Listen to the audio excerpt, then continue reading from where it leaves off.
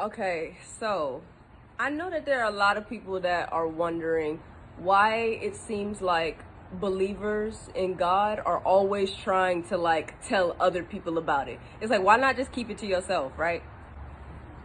I've gotten that a lot since I started doing these videos. It's like, China, we get it. You believe in God. If you believe, just believe, and then you don't have to make others believe too.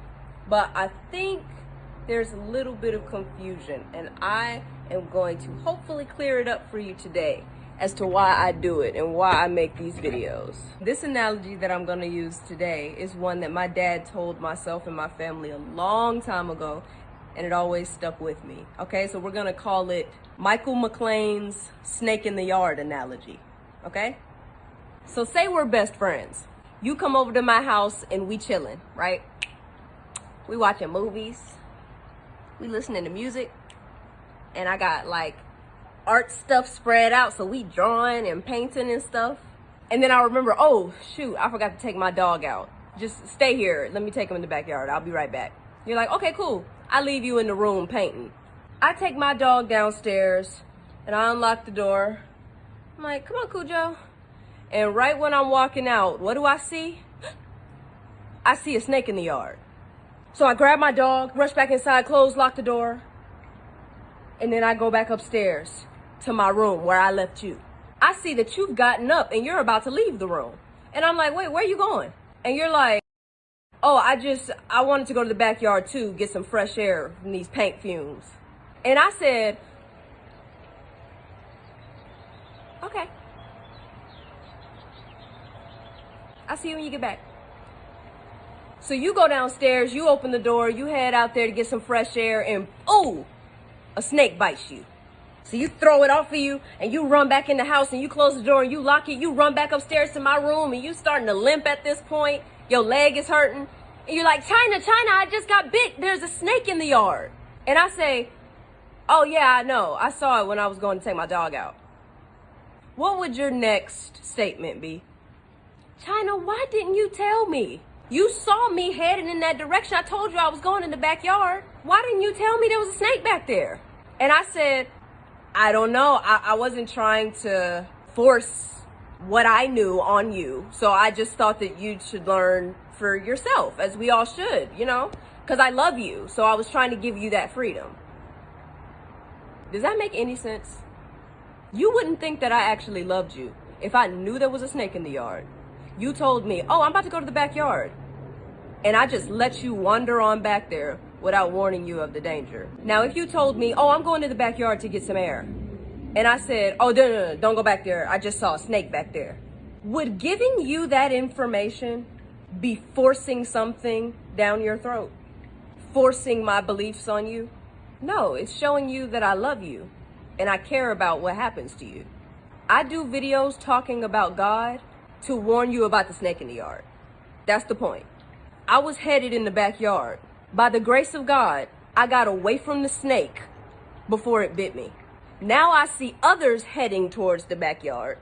I know there's a snake back there. And so I'm just warning you and letting you know, yo, there is danger in that direction. And now you have a choice to make. It's as simple as that. You can either choose to be like, oh, heard you. I'm gonna go back the way I came. Or you're gonna choose to be like, China, I don't believe you.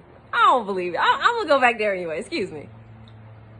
Now notice, nowhere in my analogy, or Michael McClain's analogy, did I say that I was gonna force you in the room and I was gonna forcefully keep you from going in the backyard. That would be forcing something down your throat. I never said that. You your own person. You got free will. If you wanna go in the backyard after I've told you that there's a snake back there, do your thing, you can go. You gotta make your own decisions. But just warning you of the dangers. See, because I've been through certain things in my life, especially in the industry that I work in. So I know that God is real. And people can tell you all day, well, you don't know that. You don't know God is real. That's a belief. You don't know what I know. Only I do. If I ask you what your favorite color is and you say, oh, it's blue. And I'm like, you don't know that. Does that make sense? No, because only you know your experiences in life. Only you know what you know. Just like me. So I don't believe that God is real. I know God is real at this point, whether people believe that or not. That's the truth. Either way, I'm not going to force you to do nothing. Whatever decisions you make in your life ain't none of my business. They got nothing to do with me. But if I didn't tell you about the danger, I would not be showing you love or compassion. I would be showing you that I didn't give a crap about you. And it's funny because this situation literally just happened. Our neighbor texted myself and my sisters and was like, I just saw a snake in my yard, so just wanted to let y'all know for your own safety and for your pet safety. Our neighbor did that because they have love in their heart. This is how I show you that I love you. I have gotten bullied more for talking about God than I ever have in my life. Public school wasn't this bad. Like, for real, I did not expect to have people straight up cussing me smooth out for doing these videos about God. And I've tried to do it respectfully. I don't know why I was shocked about that, though. It literally says in the Bible, it talks about how spreading the word of God is difficult. It's not easy. Jesus is my example. He is the one that I want to be like. I am not required to convert anybody in order to secure my eternity. I have accepted that Jesus paid the wages of my sin on that cross when he was crucified. I love God and I love his son, Jesus Christ. And I try my best to live my life according to his word. I try my best. I already know where I'm going when I die. But what good is eternity in paradise if I have left a whole host of other people when I could have shared these things with you guys and you could have maybe made it too? What good is that? What really did I change? The afterlife is the most important part. We don't know how long we're gonna get down here on this earth. I could die tomorrow.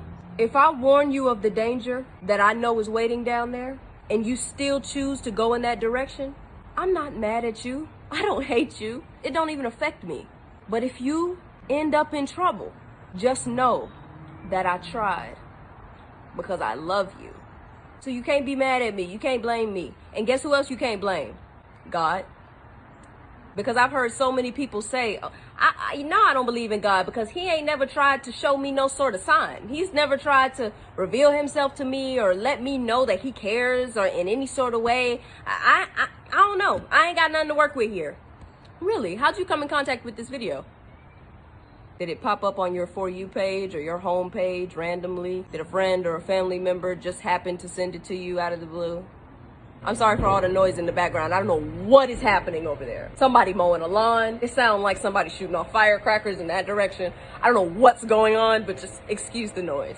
If you don't want to watch my videos talking about God, I love you just the same. But for the people that do want to hear it, these videos are going to be here.